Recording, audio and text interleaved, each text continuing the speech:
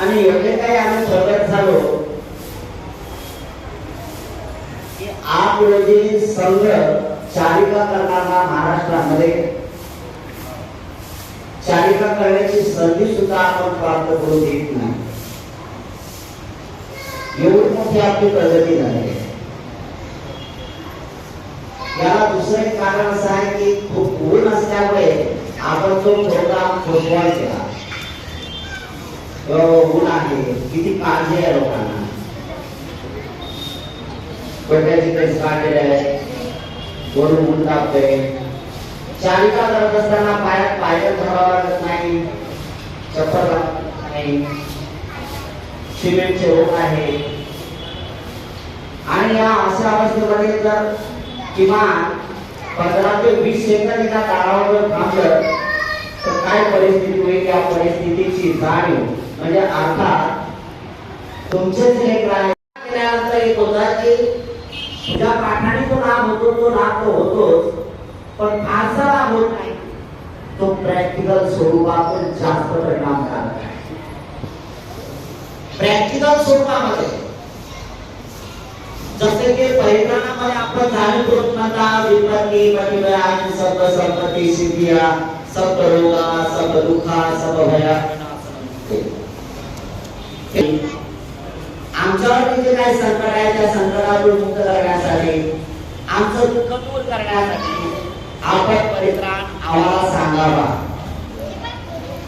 पण परिस्थिती ही परित्राण सांगण्याची ज्यावेळेस मानसिकता तयार होते त्यावेळेस आपण त्या चिंताच्या स्वरूपाने तशा प्रकारची कृती करायला शिकलं तर अधिक लाभ होणार आहे. परिणामाचा लाभ त्यावेळेस होते की ज्यावेळेस कृतीशील माणूस घडतो आणि बुद्धाने हे स्वीकारलं. बुद्ध म्हणतात की माझ्या धर्मामध्ये प्रॅक्टिकलला खूप महत्व आहे.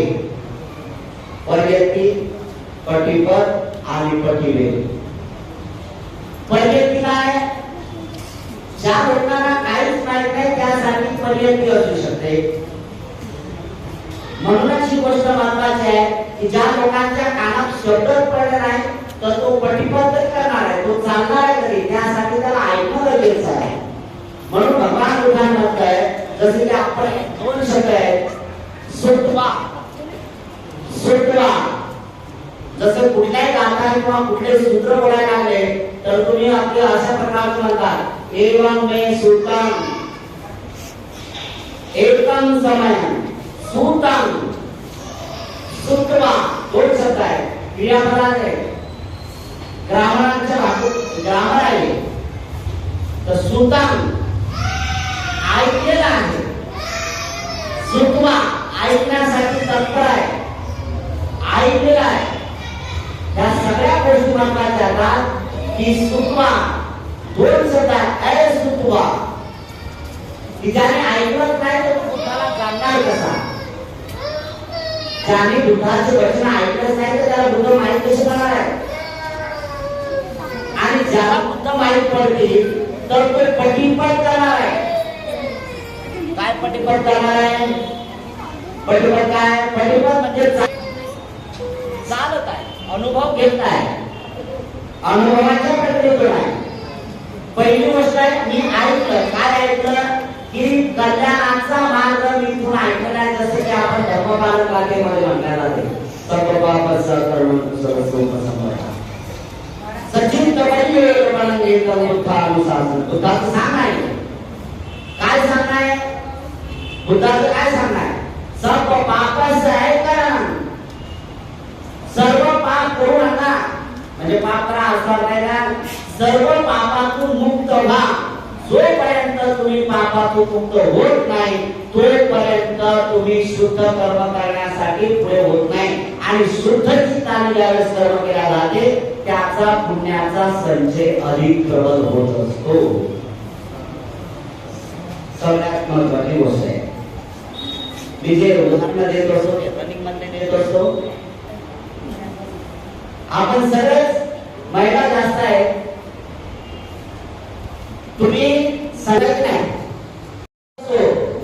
तशा प्रकारे आपल्याला करावं लागेल सचित्त परियोग करणं. सचित्त चित्त म्हणजे मन कसं साफ करावं लागेल, दररोज साफ करावं लागेल, दररोज नाही वेळोवेळी साफ करावं लागेल. सूर्यवंशा जसा आजचा उन्हाळ्याचा दिवस आहे, बेवाण्याचा रखरख उन्हाळा आहे, काही काही लोक डबल आंघोळ करतात नाही. सूर्यवंशा का आंघोळ करतात 2 वेळा? अरे बापरे, आता एवढा सकाळी आंघोळ केली, एवढं खाणं लटपट झालं, सगळ्या संध्याकाळी पुन्हा आंघोळ घ्या, झोपून जा, सकाळी उठल्याबरोबर आंघोळ करा. हे जे डबल आंघोळ का करतो आपण? की जर ही जी स्वच्छता पाळतो ना आपण, ही स्वच्छता अत्यंत महत्त्वाची आहे यासाठी, कारण चर्मरोग होणार नाही याची खबरदारी आपण करतो. पण त्याचबरोबर चित्ताची आंघोळ करणं ही कितीतरी शुद्ध क्रिया आहे. जे बाहेरचं दिसे त्याला किती मुलांना धुतो आपण. अरे बापरे, कधी कधी असं होते की आपण बाहेर पडत असताना घामाचा आपल्या काय सुरू नाही, म्हणून त्याला घामाला त्या घामाचा दुर्गंधी घालवण्यासाठी काय काय पहिले तर पावडर लावले, आता पावडर कमी झालं, आता बाहेर परफ्यूम आला ना, परफ्यूम आलं. पण आपण फुलवर जात काय परफ्यूमचा गंध सुगंध किती वेळ? 1 तास 2 तास. अरे पण ते सगळं केमिकल आहे, त्या केमिकल तुमच्या कामाचा आणि त्या केमिकलचा जोपर्यंत सुगंध आहे, तो सुगंध येऊन गेल्यानंतर ते केमिकल शिल्लक राहिला ना, एक तर त्या केमिकलमुळे काय होईल, एक तर चर्मरोग होण्याची शक्यता जास्त आहे, आणि जर नाही झाला तर ते केमिकल तुमच्या कामात जर मिक्स झालं तर डबाळून दूर खाणं सुरू आहे.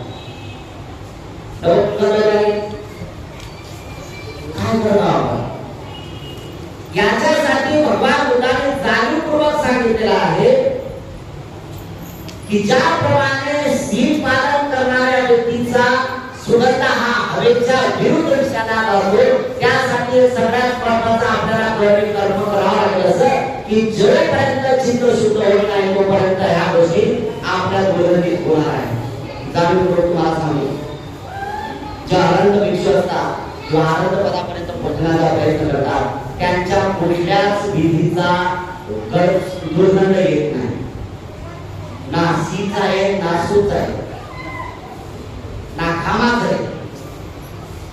सुगंध बरोबर त्याचा सुगंध कसा काय सुद्धा हे कसा शक्य काय शक्य आहे काय?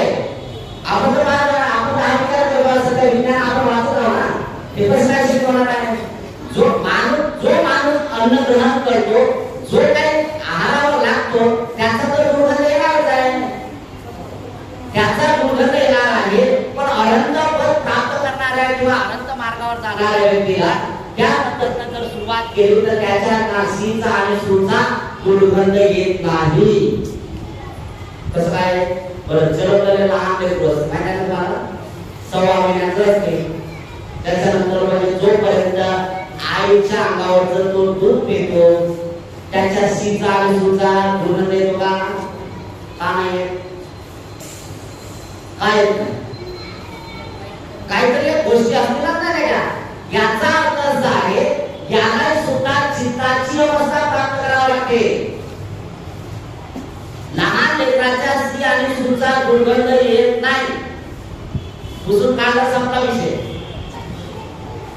कारण त्याची सुप्त अवस्था आहे. अवस्था प्राप्त होणारच आहे, पण सुप्त अवस्था आहे, त्याची विकसित झालेली बुद्धी प्रगत झालेली नाही, तो अजूनही सुद्धा आईच्या अंगावरचे दूध पितो, म्हणूनच त्याच्याशी आणि सुद्धा दुर्गंध येत नाही. पण बुद्धांक गाठणारा जो मानव समाजातला एक उच्चांक गाठणारा मानव प्राणी आहे, या मानव प्राण्याने शील समाधीचा अभ्यास करता करता पुढे जर त्याने प्रगती केली तर ती त्या लेकराची मानसिकता आणि अनंतपद पोहोचणाऱ्या भिक्षूची मानसिकता सारखी होते. लेकराला काही त्याला राग नाही, द्वेष नाही, काही उत्पन्न होत नाही. जरी शुद्ध अवस्था असली तरी त्याचा परिणाम होतो. जेवढा पुरता तेवढा पुरता तो तरंगाची भाषा लागतो. आणि हे वय वाढत असताना जसं वय वाढत गेलेलं आहे, जसं वय वाढत गेलं तसं बुद्धी वाढत गेली. या जगाच्या प्रमाणातल्या सगळ्या तरंगाच्या गोष्टी सांगतात, सगळ्या प्राण्यांची एकूण त्याला आवडत होता. जवळजवळ 104 गुण प्राण्यांचे प्राण्यांचे त्यांच्यात उतरवण्याचं काम केलं जाते. विविध प्रश्न वाचा. भिक्षूमध्ये किती गुण असले पाहिजे प्राण्यांचे? 104 गुण. पहिलाच कोणाचा गुण आहे माहित आहे का? पहिलाच गुण आहे गाढवाचा. बरोबर वाचला. दीक्षितच्या अंगी गाढवाचा गुण असला पाहिजे. तुला माहिती आवडत आहे आता. दीक्षितला गाढवाचा माणसाचा गुण बैलाचा असला तर ठीक असतं, त्याच्यापेक्षा हनुमानचा असला तर ठीक असतं, पण पहिलाच गुण त्याला भगवान बोलतात कोणाचा? गाढवाचा. काय गाढवाचा गुण आहे पहिला? गाढवामध्ये काय गुण आहे? गाढवाचा पहिला एक असा गुण आहे, त्याला जर म्हणजे लोळायला जर आलं तर खतामध्ये लोळत येतो. त्याला काही पण नाही आलं नाही त्याला. बस भिक्षूला जर आराम करायचा असेल तर त्याने हे बघू नये की नाही चला मला गादी आणि मला घेऊन या, मी आता आराम करतो. कुछ नाही. आला इथं बसला काय नाही संघाटी काढली खाली अंतरली आराम केला काय करणार. पहिला गुण हा भिक्षू मध्ये आहे. जरी त्या गाढवाचा गुण जरी अवलंब केला तरी त्याची सुरुवात होते आणि आज गाढवाचा गुण त्याच्या सिद्ध समाधी उत्पत्तीला पुष्ट करण्यासाठी होतो. त्या गोष्टीला येतो.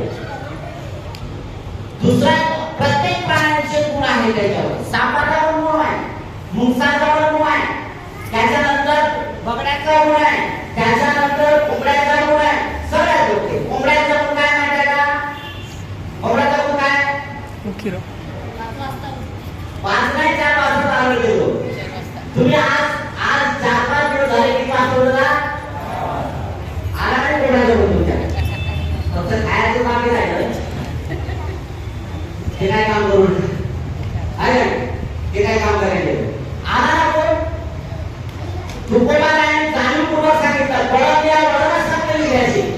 जोपर्यंत आम्ही आमच्या इंद्रियाला वळण पाडत नाही तोपर्यंत आम्ही कशा प्रकारचा आहे. मग जो ही प्रगती करत जात असतो आणि त्या अवस्थेपर्यंत जातो जो सिद्ध समाधी प्रज्ञेचा अभ्यास करतो की तो काय न करत नाही, वाचन करत नाही आणि मनाने असे दुष्कर्म करत नाही. जो काया वाचा मना आणि शुद्ध चित्ताचा आहे त्याच्याशी आणि सुखचा दुर्गंध येत नाही. लेकराची अवस्था तशी प्राप्त होते आणि तो गुण प्रत्येकाच्या याच्यात आहे. मला एक सांगा, ते लेकरू त्याला जर भूक लागली तर ते रडून तुम्हाला जागत आहे. रडवता येत नाही. बरं किती महत्वाचं आहे. लहान लेकरू ते मागत असता मागते पण रडून मागते.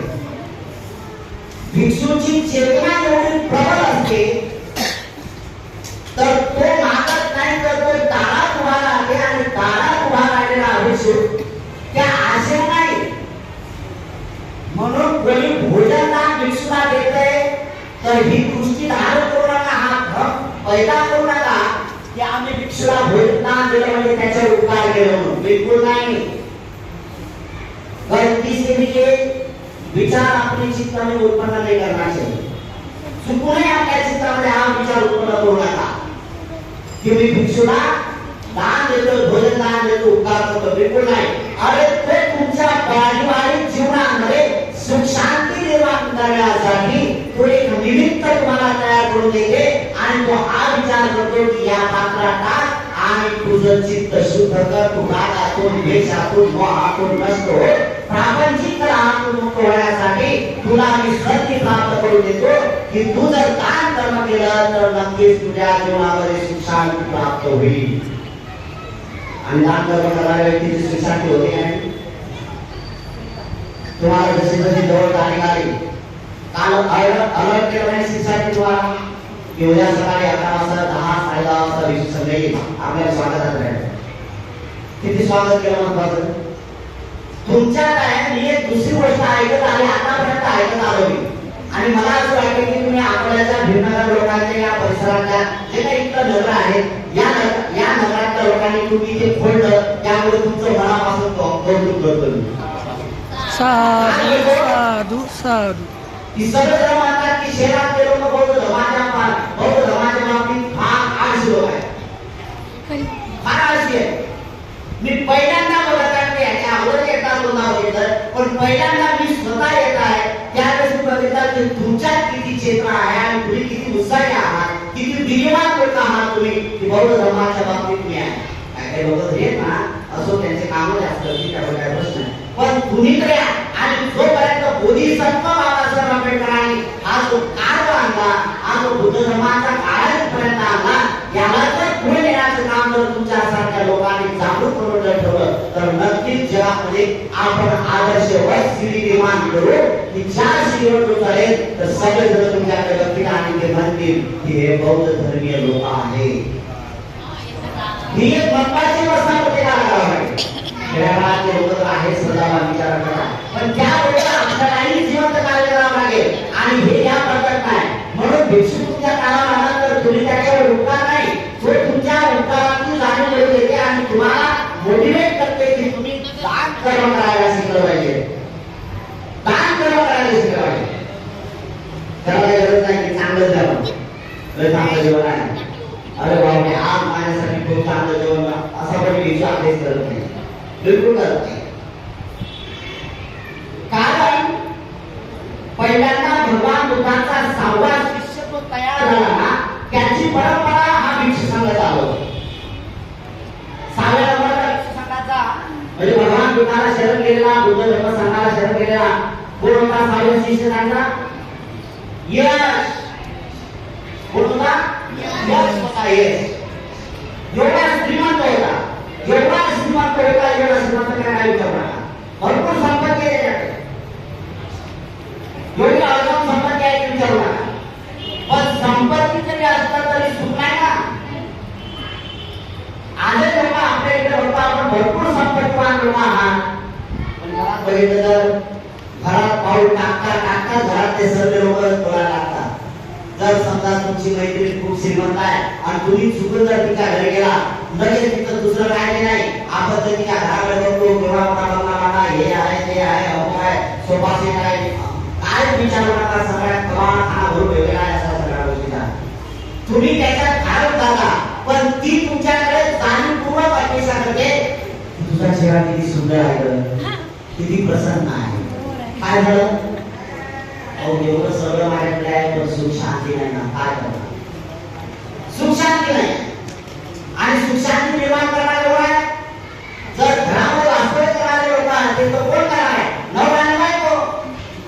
नवरा आणि बायको मध्ये सुख शांतीचा मार्ग निर्माण करण्याची ताकद आहे, ते त्यांनी केले पाहिजे, त्यासाठी ते प्रयत्न केले पाहिजे. मग काय होते? पण यांच्याच कंप्लेंट असू होतात ना. तुम्ही सांगा एवढं मोठं घर आहे, काय सांगणार, खूप पैसा आहे माझ्याकडे, सगळं आहे, पैशाचीच मला कमी नाही, मी घराच्या बाहेर पाऊल टाकू शकत नाही, सगळं मला जागेवर आहे. नवरा सुद्धा काहीतरी जॉब करते किंवा बिझनेस करते, सगळे पैसे माझ्याकडे, तिजोरी चावी माझ्याकडे, सगळा व्यवहार माझ्याकडून चालतो, सगळ्या गोष्टी होतात, पण सुख शांती नाही. काय नाही तर काय आहे ना, माझा नवरा थोडासा बदलला की आमच्या घरात सुख शांती येते. बायको म्हणजे नवरा बदलला की सुख शांती निर्माण झाली. नवऱ्याला विचारता काय सांगणार, सगळं व्यवहार तिच्या हातात आहे, या सगळ्या गोष्टी विचार आहेत, पण काय ना बायको बदलली की आमच्या घरात बस अलबेला अलबेल सगळा. नवरा म्हणते बायको बदलली पाहिजे, बायको म्हणते नवरा बदलला पाहिजे, लेकर म्हणतात मायबाप बदलले पाहिजे, मायबाप म्हणतात लेकर सुद्धा सगळं काम सुद्धा, सगळ्यांच्या कंप्लेंट सुरू होतात. यासाठी जर तुम्हाला वाचायचं असेल तर प्रत्येक व्यक्तीने दर दिवशी दान या गोष्टीची सुरुवात केली पाहिजे. काय दान करताय याला मला माहित नाही, कोणाला दान करताय हे जाणीवपूर्वक तुम्ही लक्षात घेतलं पाहिजे. कारण भगवान बुद्ध म्हणतात यही पासिको ओ पराय को पच्चतम वेदितको विष्णु नीति. याने प्रत्यक्ष पहा, पश्चतो पहा, काय पहा आणि उघड्या डोळ्याने दान कर्म करायला. उघड्या डोळ्याने दान कर्म करायला म्हणजे काय करा की तुमच्यात विवेकबुद्धी धारण करा की मी जे काही दान कर्म करत आहे तर मी शील समाधी प्रज्ञेला चित्त उत्पन्न करून देत आहे आणि त्याबरोबर हे त्या बुद्ध धर्म संघाच्या प्रतापासाठी आहे. यात कोणी आल्यानंतर त्यांच्या उपयोगी बनणार आहे अशासाठी दान करा. आपण कोणी आले याला समजलं करा. जाणीव नाही एकदम दोन गोष्टींची आकार कमी आहे. ज्याला दान देतो त्याबद्दल आपल्याला माहित असून सुद्धा एक भावना आपली तयार झाली की बाबा द्यायला दान काय करायचं ते. आणि दुसरी गोष्ट लाजत लाजत देण्याची वृत्ती तुमच्यात आहे. बौद्ध धर्मात नातं देण्याची गोष्ट आहे ना कोणाला काम कर्म करण्याची गरज आहे. ते काम देण्याची वृत्ती तुमच्या चित्तातून स्पष्ट झाली पाहिजे की मी हे काम करतो. त्यासाठी सगळ्यात महत्वाचं कर्तव्य की त्या व्यक्तीला ते दुरुस्त करण्यासाठी यासाठी मी बौद्ध धर्मावर आरूढ होईल आणि त्या पद्धतीने जीवन जगण्याचा मी प्रयत्न करते.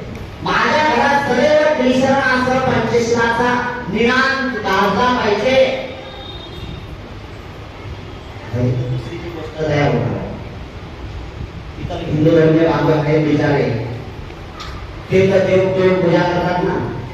पाहिलं ना आपण देवपूजा करताना काही काही लोकांची मानसिकता अशी आहे की सकाळी झोपेतून उठल्याबरोबर देवपूजा करायला लागतात. खाणं नाही पिणं नाही काय नाही. आणि आपले बाबासाहेबांचे लेकर त्यांच्याकडे बघून काय म्हणतात, काय वेळ लोक आहे ते पागल होत आहे. एवढे समजत नाही ना. अरे राज्यात तेवढं जर समजलं असतं तर तो बरोबर झाला असता ना. तेवढं जर समजलं असतं तर बरोबर झाला असता. आणि तसाही जर विचार केला तर आपण बरोबर काय तीर मारले, आपण काय तीर मारले. अरे निदान तुमच्या पिलावासाठी तुमच्या संतानासाठी तुम्हाला जे कर्तव्य करायचं त्या मदतची सुरुवात केली पाहिजे का तुम्ही. मी जाणीवपूर्वक सांगतो की त्रिशरण पंचशील तुमच्यासाठी घेऊ नका. हे जे लहान लेकर आहेत ना, या लहान लेकरांच्या कानावर शब्द पाडले पाहिजे. बुद्धं नमामि धम्मं नमामि संघं नमामि, है ना. नमो तस्स पाणातिपाता आलिंगनाना कामेश्वरी. जरी त्याला मराठी अर्थ सांगायला नाही, ज्यावेळेस तो वयाला मोठा होईल आणि विचार करायची ताकद द्यावी त्यावेळेस मला तो विचारेल की मम्मी पाणातिपाता काय कसं काय म्हणतात, हे पाणातिपाता म्हणजे काय. त्यावेळेस अर्थ माहित असणार त्या लेकराच्या काळासाठी पाणातिपाता हत्या करून अशा ज्यावेळेस सुरुवात होते त्यावेळेस त्या देवदेवतेच्या पूजा करणाऱ्या माणसांपेक्षा माझं लेकरू किती श्रेष्ठ त्याने बुद्धाने ती जाणीवपूर्वक सांगितलेली अवस्था. म्हणून तिथे म्हणतात अंधश्रद्धेला जोपासू नका, त्याला मुळात बाहेर फेकलं पाहिजे. त्यासाठी तुमच्या श्रद्धा पाहिजे, त्यासाठी श्रद्धा पाहिजे. आणि आजच्या परिस्थितीत तुम्ही श्रद्धा घडवली ना हे अत्यंत महत्वाचे आहे. म्हणून यश हा ज्यावेळेस चालिका करायला गेला त्यावेळेस चालिका करायला गेल्यानंतर काय केलं तर पहिला विचार त्याने दुसरा भाग हातामध्ये दिशा पात्र घेतलं भगवान बुद्धाचं आणि पहिला नामकडे गेला तर त्याच्या घरी गेला. सकाळी सकाळी चालिका करायला 9 वाजता 9 वाजता चालिका गेला आणि चालिका गेल्यानंतर पाहिलं त्याची दासी होती. त्या दासीनं रात्रीचा भाग दिला. मी सांगतो की कसं ऐकता तुम्ही, मला माहिती आहे तुम्ही अभ्यास पण माझा तुम्ही पण असेल अभ्यास ऐका ना तुम्ही.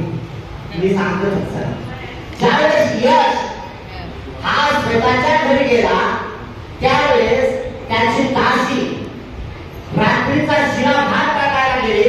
त्यावेळेस यशने सांगितलं की भगिनी तो जो रात्रीचा भात आहे तो जर बाहेर टाकत असेल तर पात्राचा हे शब्द ज्यावेळेस त्याच्या कानावर हे तिच्या कानावर पडले त्यावेळेस सांगितलं की आपल्या मालक आलेले आहे.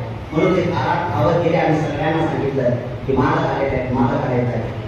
आणि त्यावेळेस भगवान बुद्ध तिथं ज्या आश्रमात ज्या वनामध्ये राहत होते त्या वनात गेले आणि मुलगा यश हा रात्रीचा शिरा भात खातोय. त्यावेळेस बापाने पाहिलं आणि त्यावेळेस विनंती केली की बाबा हे काय केलं तू, आपल्या घरामध्ये सगळ्या गोष्टींची सुविधा का सोडून केला तू, या मार्गात ये आणि या मार्गात येत असताना तुझे चांगल्या लोकांची सुरुवात कर. ही सुरुवात काय त्यावेळेस सांगितलं की मला बुद्धाच्या मार्गात जायचं आहे आणि बुद्धाने ते प्रत्यक्ष चित्र पाहिलं आणि बुद्धाने चित्र पाहिल्यानंतर त्याची सुरुवात केली. हा एक महत्वाचा मार्ग त्यांनी केलेला आहे. आणि त्याच वेळेस माता पिता ज्यावेळेस आले ना त्यावेळेस ते माता पिता बुद्धाला धम्माला आणि संघाला पहिल्यांदा त्रिरत्नाला शरण गेलेले आहेत. येशच्या आई वडील रक्तपात वेगवेगळे आहे. रक्तपात या जाणीवपूर्वक बसलेल्या रक्तपातात काय लग्न करायचं नव्हतं त्यांना म्हणून रक्तात होताय कारण भिक्षू चिंता असणाऱ्याची जशी आहे. रक्तपात सगळं गोष्टी होतात ना. तरुण मुलगा आहे तो तरुण मुलगा या ठिकाणी भगवान बुद्धाचं रूप पाहिल्यानंतर तो रक्तपात भगवान बुद्धाच्या पाठीमागे येतो आणि मला भिक्षू बनायचं आहे म्हणून भावाला म्हणतो ही सगळी प्रॉपर्टी तू कर. त्याने सांगितलं तू लहान आहेस रे तुझ्याकडून काही होणार नाही, मी भिक्षा होतो म्हणे काय नाही, तू वेगळा तू सगळी इष्ट तू सांगा आणि मी नंतर या गोष्टी करतो. हा जो भिक्षुकाचा भागाचा भाग आहे, हा हिचा भाग आहे. 6वा शिष्य भगवान बुद्धाचा जो आहे हेच आहे. त्यांनी ही जी सुरुवात केली अत्यंत महत्वाची आणि चालिका करण्याची पद्धती आहे. म्हणून चालिका टाकली तर ते कसं आहे, त्या चालिका रात्रीचा भाग ज्यावेळेस पात्रात टाकला त्यावेळेस त्या यश नावाच्या भिक्षूने एकच विचार काढले, तुझं बरोबर तुझं बरोबर तुझं करा काय असेल.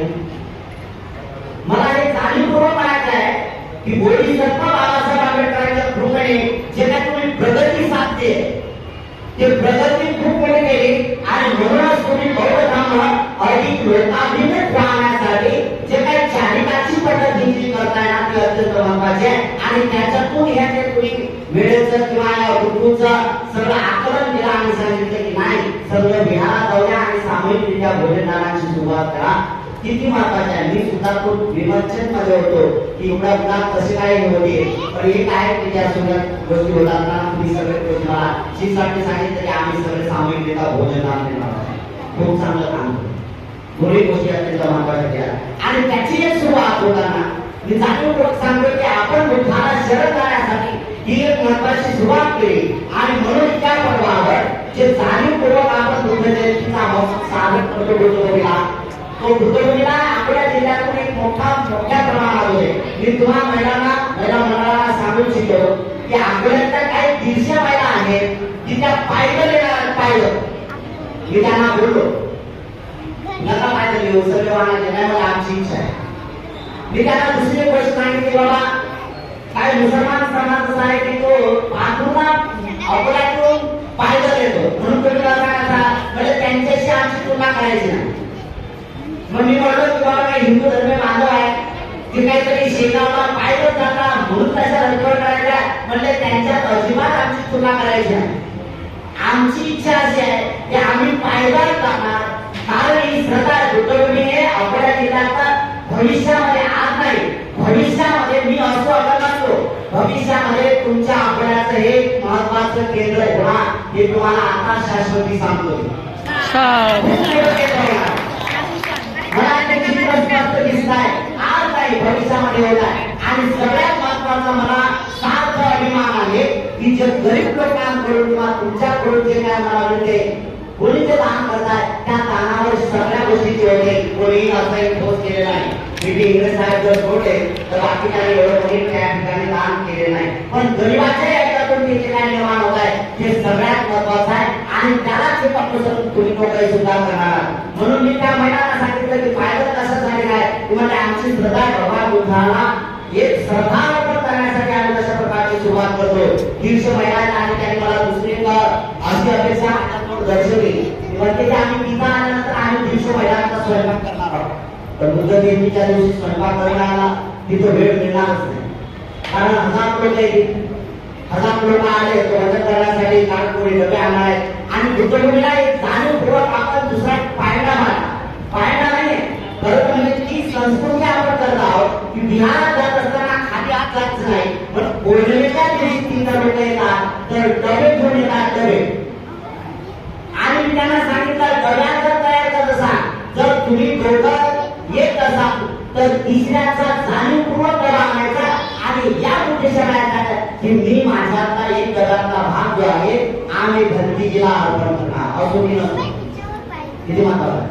आणि आम्ही दर पौर्णिमेला हा एक महत्वाचा भाग होतो की दर पौर्णिमेला जवळजवळ आमच्याकडे 25-30 लोक सहज डबे आणत नाही ते जेवण करतात अन्न होते ही श्रद्धा लोकांची आहे. म्हणून हा स्वयंपाकाचा कार्यक्रम आम्ही बुद्धभूमीला बंद केला. त्यांना सांगितलं असं शिकवत नाही ते म्हणजे मग आम्ही 5 वाजता डबे तयार करून आम्ही निघालो आहोत. बुद्ध जयंतीचा कार्यक्रम आहे ना वेगवेगळ्या पद्धतीने आणि तशाच प्रकारची सुरुवात होते. म्हणून आम्ही सकाळी 6:30च्या दरम्यान मध्ये ध्वजारोहण करणार आहोत. ध्वजारोहण झाल्याबरोबर 8 वाजता आम्ही डायरेक्ट मिरवणूक काढणार आहोत. तिथून भगवान बुद्धाच्या मूर्तीची मिरवणूक काढणार आहोत जवळजवळ 1.5 किलोमीटर आणि तिथून परत राहणार आहोत बुद्धभूमीला. 6 वाजता बरोबर आम्ही उपोषण प्रदान करण्यासाठी विश्वसंघ आपल्यासाठी महत्वाचं असणार आहे. उपोषणाचा अष्टांग समांतर करायचा आहे आणि त्यानंतर भिक्षू संघाची चालिका होईल. इथं तर नाही परीक्षा का दुसऱ्या गावात पण होणार नाही, पण तिथं काय का होणार प्रत्येकीनं डबे आणायचे आणि एक विषय आहे बोललेले त्या विषय मी तुम्हाला जाणीवपूर्वक सांगतो, तुम्ही ताली म्हणा ताली कोणाला द्यायचा मला त्याच्याशी घेणं आहे, मी जाणीवपूर्वक सांगतो तुम्हाला की जर तुमच्या कौटुंबिक जीवनामध्ये समता प्रस्थापित करायची असेल, तुमच्या कौटुंबिक जीवनामध्ये जर कुठल्याच प्रकारचं दुःख उत्पन्न करायचं नसेल, जर तुमच्या कौटुंबिक जीवनामध्ये दोघांमध्ये विक्रमवाद व्हायचा नसेल, तर तुम्ही काय ना काय दान कर्म करायला शिकलं पाहिजे. विहार होणार तुमचं खरं वाटतं आज मला दान करा. जे व्यक्ती दान कर्म करते त्या व्यक्तीला वेगळं समाधान प्राप्त होते आणि दुःखतेच म्हणतात संतुष्टी परमांगणं सर्वात श्रेष्ठ धन कुठला आहे तर समाधानासारखं जगात कुठलं श्रेष्ठ धन नाहीये.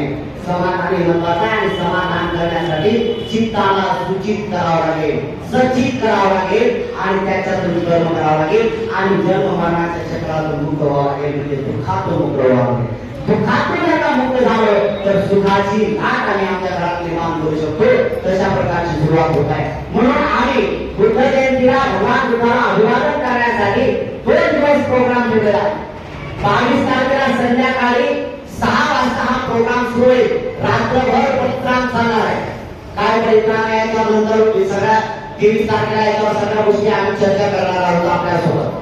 माझी सगळ्यांच्या सोबत चर्चा करणार आहोत की परिश्रम काय असते आणि परिश्रम का घेतला पाहिजे. ही एक महत्वाची बाब आहे. त्याच्यानंतर रात्रभर परिश्रम आहे. त्या अगोदर आपण वृक्षप्रेमी झालं पाहिजे, जसे भगवान बुद्ध वृक्षप्रेमी होते. विशेषतः आपण जे महाबोधी पूजा करतो, महाबोधी वृक्ष पूजा आहे ना, त्या बोधी वृक्षाची पूजा करत असताना म्हणत असतो येसमणे निसनवा सपारे वियंका पद्म सपयुतं सत्ता वंदितं बोधी पादपं इमे येते महाबोधी लोकनाथेन पूजिता अहं कीर्ते नमस्कामि बोधी राजा नमस्ते. 1 तास पूजा होणार आहे त्या बोधी वृक्षाची, कारण तो बोधी वृक्ष बुद्धगयाचा त्या ठिकाणी रोपण केलेला आहे. आपल्या जिल्ह्यात मला कोणाच्याकडे असं माहित नाही, पण बुद्ध भूमीला बोधी वृक्ष त्या बोधिगयाचा बोधी वृक्ष आहे. त्याची 1 तास झाले तर आपल्याला काय मला काय उपासना संघ आहे किती म्हणले आम्हाला पाणी टाकायचं आहे. तो एक जतनगिरीचा कार्यक्रम आहे. पाणी टाकायचं आणि बोधी वृक्षाला पाणी टाका. बोधी वृक्षाला पाणी टाकायचं असं नाही, बाकीचे झाड आहेत त्यांना टाकायचं आहे, कारण हा रखरखेचा उन्हाळा आहे आणि अशा परिस्थितीमध्ये बुद्ध जयंती आहे. त्याला त्याचे स्मरण करून आणि भगवान बुद्धाने ज्या बोधी वृक्षाची अगदी कृतज्ञता व्यक्त करत असताना 7 दिवस डोळ्याची पापणी हलवली नाही, त्या बोधी वृक्षाच्या कृतज्ञता भाव व्यक्त केला. तो भगवान बुद्ध सुद्धा बोधिसत्व भगवान बुद्ध आहे, ते सुद्धा त्या बोधी वृक्षाची वंदना करतात, त्याबद्दल आदरभाव व्यक्त करतात. तर आम्ही सुद्धा तेच काम केलं पाहिजे आणि म्हणून आम्ही हा पहिल्यांदा 1-1.5 तासाचा कार्यक्रम आहे. त्यानंतर रात्रभर परिश्रम झाले. सकाळी त्यानंतर या प्रोग्रामाची 3 तारखेपासून सकाळी 6 वाजल्यापासून सुरुवात होणार आहे. मंगळवारी होईल आणि 8 वाजता आम्ही बरोबर या ठिकाणी म्हणजे भगवान बुद्धाच्या मूर्तीची मिरवणूक काढून या ठिकाणी पूर्ण करणार आहोत आणि नंतर 12च्या नंतर हा कार्यक्रम समारोपीय श्रावणी संघाच्या कार्यक्रमाची आम्ही सुरुवात करणार आहोत. मी जाणीवपूर्वक आपल्या मेळाव्याला आग्रहपूर्वक निमंत्रण देतो, जसं तुम्हाला पत्रिका पोहोचल्याच होती, पण जाणीवपूर्वक सांगतो की तुम्ही सुद्धा बुद्ध जयंतीच्या दिवशी आला तर अधिक चांगला आहे, पण अवघडच्या दिवशी आला तर अधिक चांगला आहे. ज्याला ज्याला जसं जसं क्षेत्र आहे, पण जाणीवपूर्वक सांगतो की तुम्ही खाली हात नाही काय ना काय असं. मी हे म्हणत नाही की तुम्ही 1000 रुपयाचा आणा, मी हे पण म्हणत नाही तुम्ही 5 पैशाचा आणा, पण काय ना काय तिथं आणा. काय आणायचं आहे? होऊ शकते की एखाद्याच्या घराची माती खूप चांगली आहे, माती घेऊन या. सांगा विशेष माती आहे, घेऊन या. हेच महत्वाचं आहे आणि हे करूनच आपली श्रद्धा आणि करा. एवढे या ठिकाणी सांगतो. आपण विशेष संघाला दान केलं, त्याबद्दल भोजन दान दिलं, त्याबद्दल तुमच्या प्रती आणि तुमच्या कुटुंबाच्या प्रती मंगल कामना करतो. विशेषतः जे आयोजक मंडळ आहे, विशेष तरुण मंडळ आहे, माता भगिनी उपासिका संघ आहे, खूप चांगल्या प्रकारचा ऍक्टिव्ह आहे. त्याबद्दल उद्घाटन सुद्धा इथे केलेलं आहे. एप्रिल महिन्यात इथं उद्घाटनाचा कार्यक्रम आपण केला होता श्रावणी संघाचा. इथे सुद्धा श्रावणी संघ झालेला आहे. आमचे महान पंडितमध्ये प्रतिनिधित्व शिबिर चांगलं होते. उद्या जर कृत्यात पूर्ण नका आता एवढं म्हणजे नदीतून बुद्ध भूमीला येता याची आमच्या असं व्हायचं. कारण शिबिराची बॅक्टेरिया पद्धती आहे एवढे आहे की सगळ्या विचाराचे लोक याच्यात बसलेले आहेत.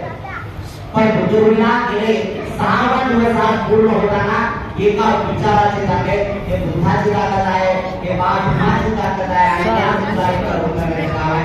आणि या सगळ्यांना तुम्ही बुद्ध धर्मसंघामध्ये प्रवेश करण्यासाठी या लोकांतून जे काही कर्म झाले असतील ते पुण्याची ताकद केवळ फक्त तुमच्या भोजनातून झाली की अधिक चांगल्या प्रकारचं भोजन संचलन आम्हाला लागलेलं आहे. त्याबद्दल पुनश्च आपल्याप्रती आणि आपल्या कुटुंबियांच्या प्रती मंगल कामना करतो. या परिसरामध्ये या नगरामध्ये जेव्हा जाती धर्म त्यांच्याप्रती आणि त्यांच्या कुटुंबियांच्या प्रती मंगल कामना करतो. आपल्या सर्वांचं खूप मंगळ हो, खूप कल्याण हो, खूप सुखी हो, सर्वांचं खूप बरं हो. साधू साधू